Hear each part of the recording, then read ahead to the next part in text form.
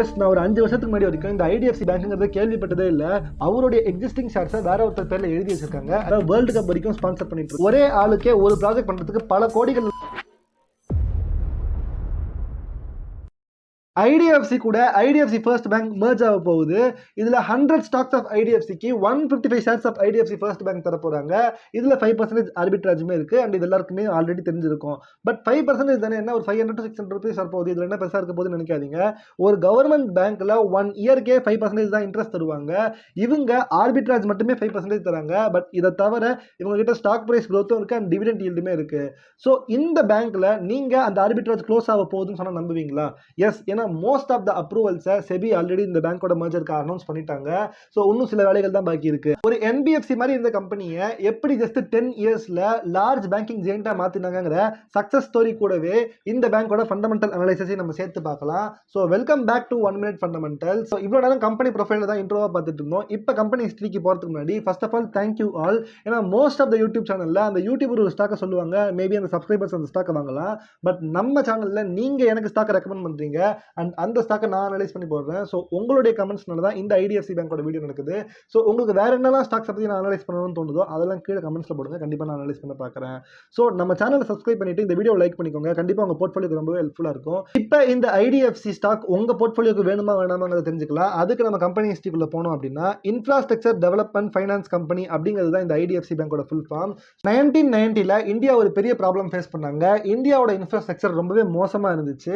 இந்த டைம்ல roadways, railways, சீவேஸ்னு எல்லா இடங்கள்லையுமே இன்ஃப்ராஸ்ட்ரக்சர் ரொம்பவே புவர் கண்டிஷன் இருந்ததுனால கவர்மெண்ட் எப்படியாவது இந்த இன்ஃப்ரா டெவலப்மெண்ட் பண்றதுக்கு ப்ராஜெக்ட் பண்ற கம்பெனிக்கு ஃபைனான்ஸ் பண்ணணும்.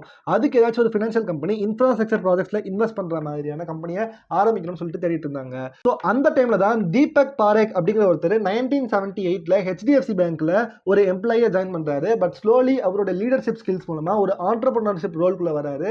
அந்த ஹெச்டிஎஃப்சி பேங்கோட ஃபியூச்சர் நிர்ணயிக்கிற அளவுக்கு ஒரு முக்கியமான ரோல்குள்ள போறாரு. இதை பார்த்துட்டு இவர் ஒரு வர்த்தி கேண்டிடேட் நினைச்ச நம்ம கவர்மெண்ட் இவரை அப்படியே கூட்டிட்டு வந்து, நீங்க ஐடிஎஃப்சின்னு சொல்லிட்டு ஒரு கம்பெனி ஆரம்பிங்க, இதுக்கு நாங்க உங்களுக்கு ஃபைனான்ஸ் பண்றோம்னு சொல்லிட்டு கவர்மெண்டோட கீ சப்போர்ட் கூட ஐடிஎஃப்சியை 1997ல ஸ்டார்ட் பண்றாங்க.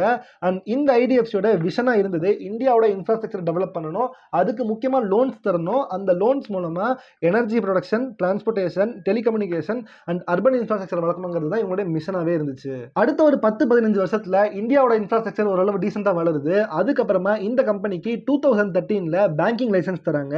அதை கமெண்ட்ஸ் பண்ணி பேங்கிங் ஆபரேஷன் ஸ்டார்ட் பண்ணும்போது அக்டோபர் 1, 2015 தான் இந்த கம்பெனி ஒரு பேங்கா மாறுறாங்க. எஸ், இதுக்கு முன்னாடி வரைக்கும் இவங்க ஒரு டெவலப்மெண்ட் ஃபைனான்ஸ் கார்பரேஷனா இருந்தாங்க. இது எப்படின்னு பாத்தீங்கன்னா கிட்டத்தட்ட ஒரு என்பிஎஃப்சி மாதிரி. இந்த ஐடிஎஃப்சியா இருந்தது ஐடிஎஃப்சி பேங்கா 2015 தான் மாறுது. இந்த கம்பெனி ஒரு பேங்கா டிரான்ஸ்ஃபார்ம் ஆனதுக்கு அப்புறமா ராஜீவ் லால்ங்கிற ஒருத்தரை இந்த பேங்கோட managing director and CEO appoint பண்றாங்க. அண்ட் இவருடைய ஒரே ஃபோக்கஸ் எதுல இருக்குன்னு பாத்தீங்கன்னா, எப்படியாச்சும் கஸ்டமர் சென்ட்ரிக்கா இந்த பேங்கை கொண்டு போகணும், அட் த சேம் டைம் இவங்க டெக்னாலஜிக்கலி இந்த பேங்கை டெவலப் பண்ணணும் அப்படிங்கிற ஃபோக்கஸ்ல இவர் பேங்கை முன்னேற்றி எடுத்துட்டு போக ஆரம்பிக்கிறாரு. இந்த ஐடிஎஃப்சி பேங்க் ஒரு மேஜர் ப்ராப்ளம் இந்த டைம்ல ஃபேஸ் பண்ணிச்சு. அது என்னன்னு பாத்தீங்கன்னா, இன்ஃப்ராஸ்ட்ரக்சர் லோன்ஸ் தரும்போது ஒரே ஆளுக்கே ஒரு ப்ராஜெக்ட் பண்றதுக்கு பல கோடிகள் லோன்ஸ் தர வேண்டியது இருக்கும். அண்ட் இந்த லோன்ஸை ஒருவேளை அவங்களால ரீபே பண்ண முடியாம போச்சுன்னா ஒரு ஆள் பே பண்ணதுக்கே என்பிஏ பயங்கரமா இருக்கும். ஸோ இந்த என்பிஏ தவிர்க்கிறது ரொம்பவே கஷ்டம். அண்ட் இந்த இன்ஃப்ராஸ்ட்ரக்சர் லோன்ஸ்ல இருந்து ஒரு பேங்கை டெவலப் பண்ணி கொண்டு போறது ரொம்பவே கஷ்டம். ஸோ இப்பதான் இவங்க ஒரு பேங்கா மாறிட்டாங்களே, அதனால இவங்க இன்ஃப்ராஸ்ட்ரக்சருக்கு மட்டும் தான் லோன்ஸ் தரணுங்கிற அவசியம் இல்லை. ஸோ கொஞ்சம் கொஞ்சமா இவங்களுடைய போர்ட்ஃபோலியோவை இன்ஃப்ராஸ்ட்ரக்சர் லோன்ஸ் குறைச்சிட்டு அவங்களுடைய போர்ட்ஃபோலியோ டைவர்சிஃபை பண்றாங்க. அதுல முக்கியமா ரீட்டைல் லோன்ஸ்க்கும் எஸ்எம்இ லோன்ஸ்க்கும் கொடுக்குறாங்க. இந்த ரீட்டைல் லோன்ஸ்க்குள்ள கன்சியூமர் குட்ஸ்க்கு அதிகமான லோன்ஸ் தராங்க. ஸோ இந்த நேரத்தில் தான் இன்னொரு கம்பெனி எமர்ஜ் ஆயிட்டு வந்துட்டு இருக்கு. அதுதான் கேபிட்டல் ஃபர்ஸ்ட்ங்கிற ஒரு கம்பெனி. இது ஒரு என்பிஎஃப்சி மாதிரி ஃபியூச்சர் குரூப் அப்படின்னு சொல்லிட்டு ஒரு குரூப் கிட்ட ஓன் பண்ணியிருந்தாங்க. இதை கிஷோர் பியானி அப்படிங்கிற ஒருத்தர் தான் லீட் பண்ணிட்டு இருந்தாரு. அண்ட் இந்த என்பிஎஃப்சியை வைத்தியநாதன் அப்படின்னு சொல்லிட்டு ஒருத்தர் 2012ல டேக் ஓவர் பண்றாரு. இவர் எப்படி இந்த கம்பெனிக்குள்ள வந்தாரு, டேக் ஓவர் பண்ணாருங்கிறதெல்லாம் ப்ரமோட்டர் அனலைசிஸ்ல பார்க்கலாம். பட் அதுக்கு முன்னாடி இந்த கேபிட்டல் ஃபர்ஸ்ட் கம்பெனி என்ன பிசினஸ் பண்ணிட்டு இருந்தாங்கன்னு பாத்தீங்கன்னா, ரீட்டைல் ஃபைனான்சிங் பண்ணிட்டு இருந்தாங்க இந்த consumer குட்ஸ்க்குலாம்.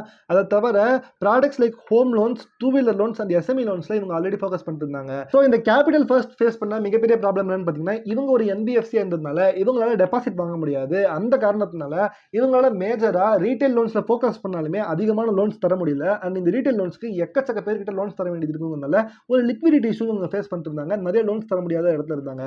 But at the same time இந்த ஐடிஎஃப்சி பேங்க் கிட்ட லிக்விடிட்டி இஷ்யூ இல்லை. ஏன்னா இவங்க ஒரு பேங்க்ங்கிறதுனால ஏகப்பட்ட டெபாசிட்ஸ் வர ஆரம்பிச்சது இவங்க கிட்ட. பட் ப்ராப்ளம் என்னன்னா ஐடிஎஃப்சி இன்ஃப்ராஸ்ட்ரக்சர் லோன்ஸ்ல இருந்து ரீட்டைல் லோன்ஸ்க்கு ஷிஃப்ட் ஆக ட்ரை பண்ணாங்க. பட் அந்த கஸ்டமர் பேஸ் அப்படிங்கிறது கஷ்டமா இருந்துச்சு. ஸோ இவங்க கிட்ட கஸ்டமர் பேஸ் இருக்கு, ஆனால் லிக்விடிட்டி இல்ல. இவங்க கிட்ட லிக்விடிட்டி இருக்கு, ஆனால் கஸ்டமர் பேஸ் இல்ல. ஸோ இது ரெண்டுத்தையும் மர்ஜ் பண்ணக்கூடாதுன்னு நீங்க எப்படி யோசிக்கிறீங்களோ அதே மாதிரி இந்த ரெண்டு கம்பெனியுமே யோசிச்சாங்க. ஸோ அதனால இந்த ஐடிஎஃப்சியும் கேபிட்டல் ஃபர்ஸ்டும் மர்ஜ் ஆகி தான் ஐடிஎஃப்சி ஃபர்ஸ்ட் பேங்க்ங்கிற ஒன்று பிறக்குது. இப்போ ஜனவரி 2018ல ஐடிஎஃப்சி ஃபர்ஸ்ட் பேங்கா டிரான்ஸ்ஃபார்ம் ஆனோடனே வைத்தியநாதன்கிறவரை எம்டி அண்ட் சிஇஓவா போடுறாங்க. இவர் ஆல்ரெடி கேபிட்டல் ஃபர்ஸ்டோட எம்டியா இருந்தாரு. ஏன் ஐடிஎஃப்சி பேங்கோட எம்டி போடாம இவங்களை போட்டாங்கன்னு பாத்தீங்கன்னா, இவங்களுக்கு தான் ஆல்ரெடி ரீட்டைல் செக்மெண்ட்ல எக்ஸ்பீரியன்ஸ் இருக்கு வைத்தியநாதன் சாருக்கு. அண்ட் இந்த ஐடிஎஃப்சி பேங்க்குமே இந்த ரீட்டைல்குள்ள தான் போகணும்னு நினைக்கிறதுனால இந்த ஐடிஎஃப்சி பேங்க் கூட மர்ஜ் ஆன கேபிட்டல் ஃபர்ஸ்டோட எம்டிஏவே தூக்கிட்டு வந்து இங்கே சிஇஓவா மாத்திட்டாங்க. ஸோ இப்போ வைத்தியநாதன் சார் இந்த கம்பெனியோட கரண்ட் ப்ரொமோட்டரா இருக்காரு. ஸோ இப்போ நம்ம ப்ரொமோட்டர் அனாலிசிஸ்குள்ள வந்தோம்னா, இந்த வைத்தியநாதன் பேச்சுலர்ஸ் டிகிரி வச்சிருக்காரு இன்ஜினியரிங்ல பிர்லா இன்ஸ்டிடியூட் ஆஃப் டெக்னாலஜில. எஸ், நம்ம ஆதித்யா பிர்லா குரூப்போட ஒரு காலேஜ் தான் அது. அண்ட் ஐஐஎம் அகமதாபாத் இந்தியாவோட one of the top business ஸ்கூல்ல எம்பிஏவும் படிச்சிருக்காரு. இவர் படிச்சு முடிச்சதுக்கு அப்புறமா அவரோட கெரியரை சிட்டி பேங்க்ல ஆரம்பிக்கிறாரு. அங்க போயிட்டு ரீட்டைல் பேங்கிங்னா என்ன, கார்பரேட் பேங்கிங்னா என்ன, ரிஸ்க் மேனேஜ்மெண்ட்னா என்னங்கிற கம்ப்ளீட் டீடைல்ஸா அங்கதான் கத்துக்கிறாரு. அண்ட் அதுக்கப்புறமா இவர் அவருடைய கெரியரை 2000ஸ்ல ஐசிஐசிஐ பேங்க்ல ஒரு எம்ப்ளாயா போய் ஜாயின் பண்றாரு. அண்ட் அங்க இவர்கிட்ட இருக்கக்கூடிய ஆண்டர்பிரினர்ஷிப் ஸ்கில்ஸை பார்த்துட்டு இவருக்கான லீடர்ஷிப் ரோல் கொடுத்தாங்க. அண்ட் அந்த ரோல்ல இவர் ரீட்டைல் லோன்ஸ்க்கு அதிகமான கான்சன்ட்ரேஷன் கொடுத்தாரு. அண்ட் கிரெடிட் கார்டு செக்மெண்ட்ல ஐசிஐசிஐ பேங்கை ஒரு ஸ்டெப் மேல எடுத்துட்டு போனாரு. அண்ட் எஸ்எம்இ லெண்டிங்லயுமே ஐசிஐசிஐ பேங்கோட growthக்கு ஒரு முக்கியமான காரணமா இருந்தாரு. ஐசிஐசிஐ பேங்கோட growth ஸ்ட்ராட்டஜியை இவர் வளர்த்ததை பார்த்த கேபிட்டல் ஃபர்ஸ்ட் கம்பெனி அவங்களுடைய கம்பெனிக்கு இவங்க டைரக்டா சிஇஓவா அப்பாயிண்ட் பண்ணாங்க. ஸோ அதுக்கப்புறமா தான் இந்த ஐடிஎஃப்சி மர்ஜர் நடந்துச்சு. இப்போ இந்த கம்பெனியோட மேனேஜ்மெண்ட் அனலைசிஸ்குள்ள வந்தோம் அப்படின்னா, ஒரு என்பிஎஃப்சியும் ஒரு இன்ஃப்ராஸ்ட்ரக்சர் லோன் கொடுத்த கம்பெனியும் ஒன்னா சேர்த்துட்டு பேங்க் ஆயிடுச்சு அப்படிங்கிறப்ப ஒரு இன்ஃப்ராஸ்ட்ரக்சர் லோன்ல இருந்து கம்ப்ளீட்டா போர்ட்ஃபோலியோ ஷிஃப்ட் பண்றாங்க ரீட்டைல் லோனுக்கு. ஸோ அப்போ இங்க அசட் குவாலிட்டி இம்ப்ரூவ் பண்ணணும், ப்ராஃபிட்டபிலிட்டி இன்க்ரீஸ் பண்ணணும் அப்படின்னு பார்த்தீங்கன்னா அதுக்கு ஒரு கம்ப்ளீட் ரீபிராண்டிங் தேவை. அந்த ரீபிராண்டிங்காக இவங்க முக்கியமாக கஸ்டமர் சென்ட்ரிக் அப்ரோச்சை ஃபோக்கஸ் பண்ணாங்க. அது கூடவே டெக்னாலஜி டெவலப் பண்ணி மார்க்கெட்டிங்கை ரொம்ப பயங்கரமா புஷ் பண்ணாங்க. அதனால தான் இவங்க இப்போ வேர்ல்டு கப் வரைக்கும் ஸ்பான்சர் பண்ணிட்டு இருக்காங்க. எஸ், நான் ஒரு 5 வருஷத்துக்கு முன்னாடி வரைக்கும் இந்த ஐடிஎஃப்சி பேங்க்ங்கிறத கேள்விப்பட்டதே இல்லை. பட் ரீசென்ட் டைம்ஸ்ல எங்க ஏரியாலேயே ஒரு 4-5 ஐடிஎஃப்சி பேங்கோட பிரான்ச்சஸ் பார்க்குறேன். அண்ட் நிறைய பேர் இந்த ஸ்டாக் மார்க்கெட்ல இல்லாதவங்க கூட இந்த வேர்ல்டு கப் ஸ்பான்சர் பண்ண பேங்க் தானே இந்த ஐடிஎஃப்சின்னு சொல்லுவாங்க. ஸோ அந்த அளவுக்கு இந்த கம்பெனி அவங்களோட மார்க்கெட்டிங்கை புஷ் பண்ணியிருக்காங்கிறது மேனேஜ்மெண்ட் அனாலிசிஸ்ல எந்த அளவுக்கு கரெக்டாக இந்த கம்பெனியை மேனேஜ் பண்ணி அதோட ஃபோக்கஸ்ல கொண்டு போயிட்டு இருக்காங்கிறது காமிக்குது. ஸோ இப்போ இந்த மேனேஜ்மெண்ட்டை சமாளிக்கிறதுக்கான ப்ரொமோட்டர் ஸ்கில்ஸ் என்னெல்லாம் இருக்குன்னு பார்த்தீங்கன்னா, ஒரு விஷனரி லீடர்ஷிப் இருக்கு வைத்தியநாதன் சார் கீழே. அடுத்தது ஒரு ப்ரூவன் ட்ராக் ரெக்கார்ட் இருக்கு. ஏன்னா ஐசிஐசிஐ பேங்காக இருக்கட்டும், கேபிட்டல் ஃபர்ஸ்டாக இருக்கட்டும், ஒரு கம்ப்ளீட் டர்ன் ஓவர் கொடுத்துருந்தாங்க அந்த ரெண்டு கம்பெனிக்குமே. ஸோ ஒரு ப்ரூவன் ட்ராக் ரெக்கார்ட் இருக்கு. இவரோட இனோவேஷன் அண்ட் டெக்னாலஜி இந்த ஐடிஎஃப்சி பேங்கை ஆல்ரெடி ஒரு நல்ல பாதைக்கு எடுத்துட்டு போயிட்டு இருக்கு. And commitment towards financial institution with problem solving skills ரொம்பவே முக்கியமாக நீங்க பார்க்கணும். ஏன்னா இவரோட கெரியர் ஸ்டார்டிங் வந்து city bank, ICICI bank, capital first, இப்போ ஐடிஎஃப்சின்னு சொல்லிட்டு கம்ப்ளீட்டாக ஃபினான்ஸ் ஃபீல்டில் மட்டும் தான் இருக்காது. ஸோ இவரோட எக்ஸ்பர்டைஸ் இந்த மார்க்கெட்ல இந்த பேங்கோட பொசிஷனை ஒரு ஸ்டெப் மேலே எடுத்துட்டு போறதுக்கான சான்சஸ் ரொம்பவே அதிகமா இருக்கு.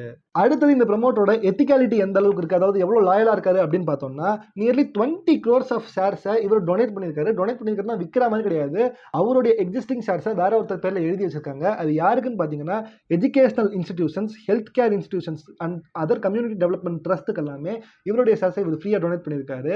அண்ட் இதுல இவங்க சில கிளாஸுமே போட்டிருப்பாங்க. எப்படின்னு பார்த்தீங்கன்னா, நீங்க இந்த ஸ்டாக்ஸை விற்கக்கூடாது. ஏன்னா நம்ம இப்போ ஸ்டாக்ஸை வித்துட்டோம் அப்படின்னா மார்க்கெட்ல பப்ளிக் கையில போய் விழுந்துரும். ஸோ அதனால இந்த ஸ்டாக்ஸ் நீங்க ஹோல்டு மட்டும் தான் பண்ணணும். பட் இதுல இருந்து வரக்கூடிய டிவிடெண்டை வச்சு நீங்க ஏர்ன் பண்ணலாம். அண்ட் இந்த ஷேர்ஸை நீங்க வேற ஏதாச்சும் ஒரு பேங்க்குக்கு பிளட்ஜ் பண்ணலாம். அது மூலமா சில கடன்கள் வாங்கிக்கலாங்கிற மாதிரி சில கிளாஸ் இருக்கும். So when a leader is creating more leaders, இவர் புது டிஐஐ இந்தியாக்குள்ள கொண்டு வராரு அப்படின்னு சொல்லலாம். ஏன்னா இந்த இன்ஸ்டிடியூஷன் எல்லாமே ஷேர்ஸ் ஹோல்ட் பண்றது மூலமா டிஐஐ தான் காமிக்கப்படுவாங்க.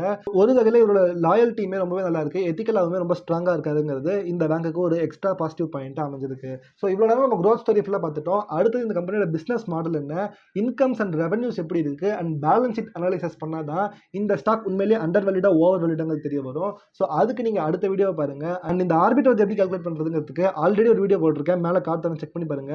அதை வச்சு நீங்க இந்த ஆர்பிட்ரேஜ் கால்குலேட் பண்ணிக்கலாம். பட் ரெண்டு வீடியோவுமே பார்த்தா தான் உங்களால ஒரு கம்ப்ளீட் இன்வெஸ்ட்மெண்ட் டிசிஷன் எடுக்க முடியும். So stay tune for the second video. இந்த வீடியோ உங்களுக்கு பிடிச்சிருந்தா லைக் பண்ணிட்டு நம்ம சேனல் சப்ஸ்கிரைப் பண்ணிக்கோங்க. Bye bye.